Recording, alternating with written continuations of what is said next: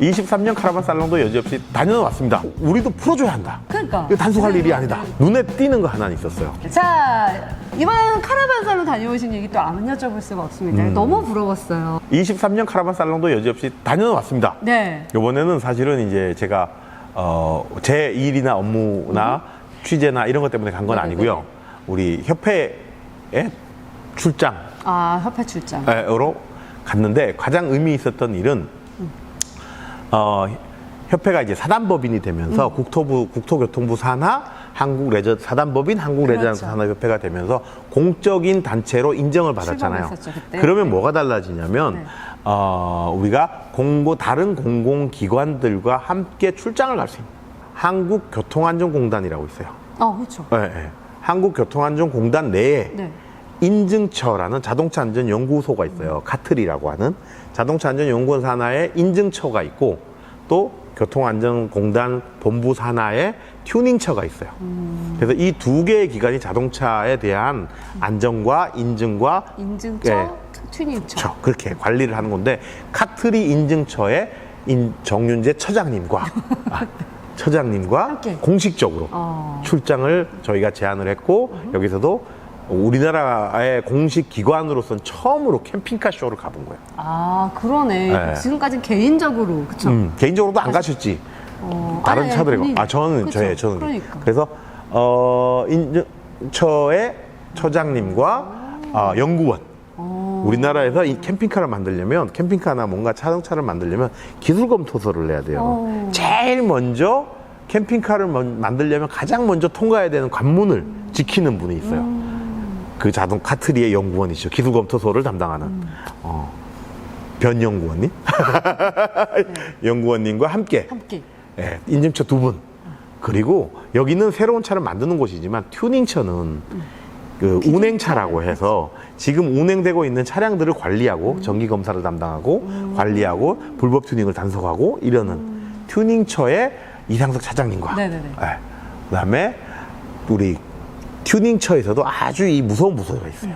불법 튜닝을 단속하는 불법 튜닝 단속의 최고봉 단속 담당자 담당 팀장 어떤 정 차장님, 정 과장님과 함께 네네. 이렇게 네 분이 두 분 튜닝처 인증 두 분이 저희 협회의 회장님, 저 사무국 또 부회장님 한 분 더 이렇게 해서 총 8명이 같이 큰 팀이 출장을 이렇구나. 가서 네네.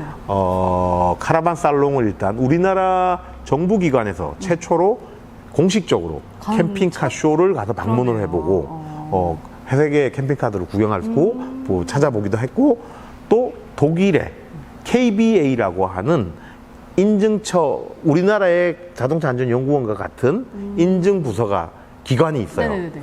그 인증기관의 담당자와 미팅을 공식적으로 해서 우리나라의 차종과 독일의 인증 차종에 대한 이야기들을 서로 나누고 의견들을 듣고 차를 서로 알아가는. 네네네. 요번엔 뭐 인트로니까 처음 요번 미팅이 뭐 1시간 정도 예정돼 있던 게 2시간 반까지 연장되면서 열띠게 서로 네네네. 그 독일에서는 어떻게 캠핑카를 튜닝하는지 어떻게 분류하는지 이런 이야기, 한국에서는 왜 캠핑카를 이렇게 분류하고 있는지 뭐 이런 국제 규약에 서로 맞는지 이런 이야기들 또 뭐 우리나라 지금에서 인증처에서 관심을 가지고 있는 분야를 그쪽에서 먼저 물어보기도 하고 그쪽에서도 굉장히 한국의 캠핑카에 대해 관심을 가져서 서로 이건 교류를 나중에 좀 더 하자. 내년에 또 만나자. 이제 한국에서 만나자. 우리가 네네네네. 초대해주겠다. 초대하겠다.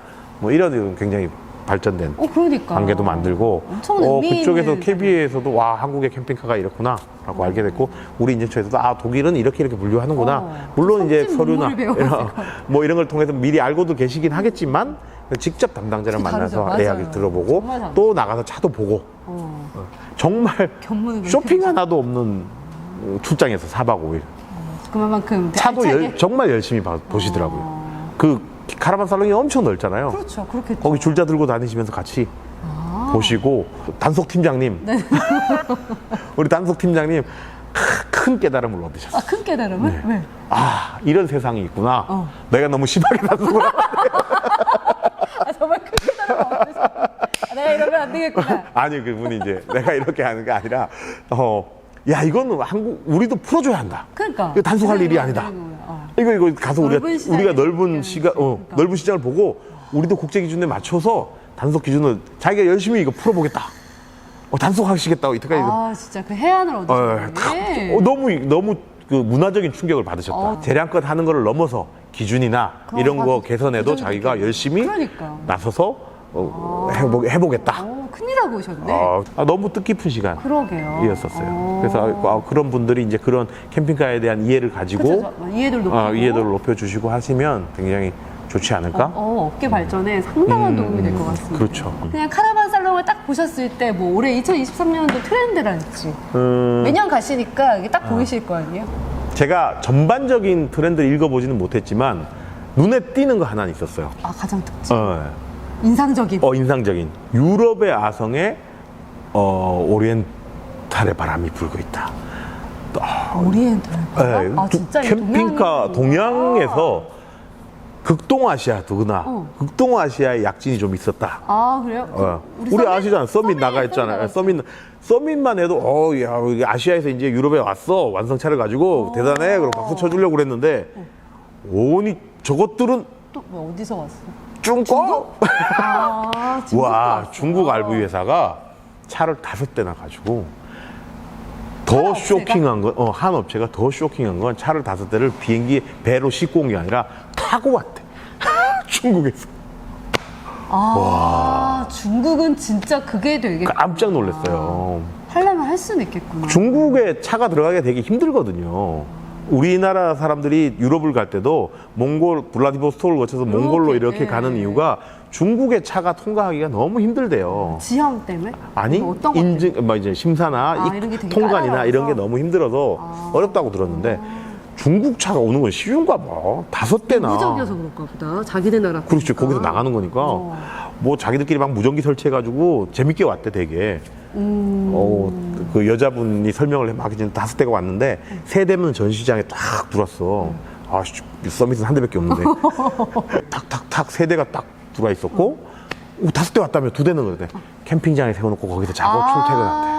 아시아 시장이 신생시장이었는데 RB에서 이 신생시장이 태어나서 한 10년 불과 채 10년 정도 되는 사이에 이렇게 카라반 살롱이 유럽의 본고장에 중심으로 이제 약진들을 하고 있다라는 게 다른 거고. 일본 회사도 왔어. 일본 왔을 것 같아. 원래 안 나왔어요? 깜짝 놀랐어. 일본 회사는 잘 안 나오지. 왜냐면 우엔들이잖아요. 유럽은 대부분 좌측엔들이고. 그럼 결국은 유럽에 진출하고 싶어도 영국밖에 안 된단 말이에요. 또는 핸들을 다른 이쪽으로 오는 차를 갖고 와야 되니까 진출이 쉽지 않을 거란 말이에요. 근데 역시 머리가 좋아 이 양반들이. 카라반을 들고 왔어. 카라반은 이쪽 저쪽이 필요 없잖아. 그러네. 핸들이 없으니까. 그러니까. 근데 문의 방향은 틀려요. 그렇겠다. 영국식도 출입문 이쪽에 있고, 그러네. 이쪽에 있고. 근데 뭐 도로에서 카라반에 내릴 일이 없지. 그렇죠. 어차피 주차해놓고 할 거니까 상관이 없지. 에어스트림 형태의 카라반을 가지고 오셨어요. 후지산을 배경으로 이렇게 막 뒤에 부스를 꾸미고 그래서 한국, 일본, 중국. 여기 서밋 안 나갔으면 큰일 날 뻔했네. 우리 서밋 고마워. 돈을 걷어서라도 좀 줘야 될 것 같아. 돈 너무 많이 쓰고. 한국의 체면을. 한국의 체면을 살려줬어요. 그렇다고 국가대표는 아니다. 인정 안 해주시고. 그래서 얘기했잖아. 서밋이잖아. 태극기 막 달고 왔더라고. 국가대표로 왔다고. 예선전 했어? 예선전. 예선도 없이 국가대표가 어디냐고. 너무 웃겨. 내년 되면 더 많은 업체들이 이제 더 많은 교류를 하고 시장 진출을 할 수 있는 기회에 토덕을 깔겠다라는 생각은 했어요. 뭐 트렌드를 좀 정리를 해주신다면 유럽의 트렌드와 좀 우리나라 트렌드 같이 그렇게 섞어서 말씀해 주시면 더 좋을 것 같아요. 일단은 유럽 트렌드 가보시죠. 유럽의 트렌드. 유럽 사람들 느려요. 반응이. 트렌드에 보수적이잖아요. 느리고. 우리나라가 원래 제일 빠르잖아요. 우리가 많이 쓰는 변환 시트. 네네네. 중국에 수입하는 그 숄더 빼고 이렇게 변환하는 시트. 네네네. 유럽에는 그런 변환 시트가 잘 없거든요. 채용하는 나라가. 없진 않지. 중국에 수입하면 되니까. 근데 그걸 채용을 잘 안 하지. 근데 그게 들어가서 이제 변환하는 시트에 대한 이야기들도 있었고, 그 차는 기본적으로 배터리가 인산철로 400A래. 우와! 300A가지고. Unbelievable. 뭔 소리야 이것들이? 우리 진짜 다 꽃방귀 끼겠다. 지금 400A 기본 넣었다가 욕을 얼마나 먹었냐. 배터리 약하다고 우리는. 근데 걔들 그 유럽에서는 이제 그런 전기 시스템이 우리보다 느린. 그러네요. 상당히. 그래서 아마 전기 주 에너지가 RV의 주 에너지원이 전기로 바뀌지 않을까라는 또 큰 틀에서의 차종의 변화는 역시나 저희가 뒤에 카라반 센터를 갔는데 네. 캠핑장을 갔는데 예전에는 거기 가면 모터 캠핑 카라반들이 쫙 서 있었어요. 견인차 카라반 이렇게 쫙 서 있었는데 올해는 다 일렬로 바뀌었어. 오. 견인차가 없어진 거지. 그냥 카라반만. 그건 다 캠핑카지. 아. 옛날에는 유럽도 50-50, 50대 50이었었단 말이에요.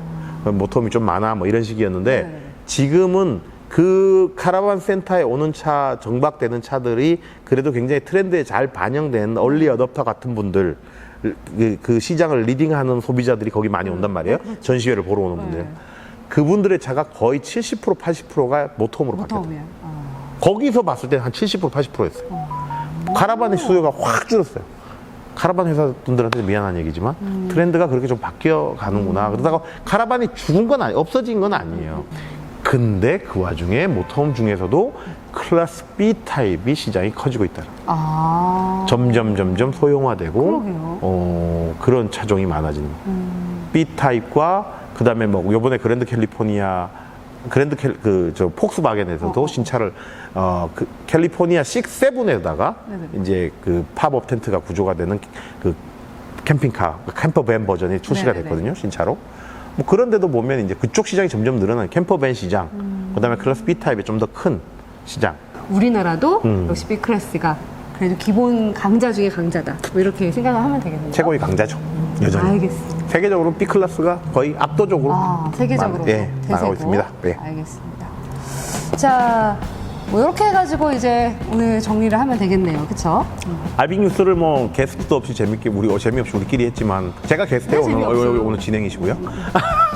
이야기 재미있으셨는지 모르겠네요. 그래도 시즌이 오프되고 새로운 시즌이 열리는 거니까 이 정도 정리는 한번 해줘야 되지 않을까요? 가을맞이. 네. 알빙. 뉴스였습니다. 네.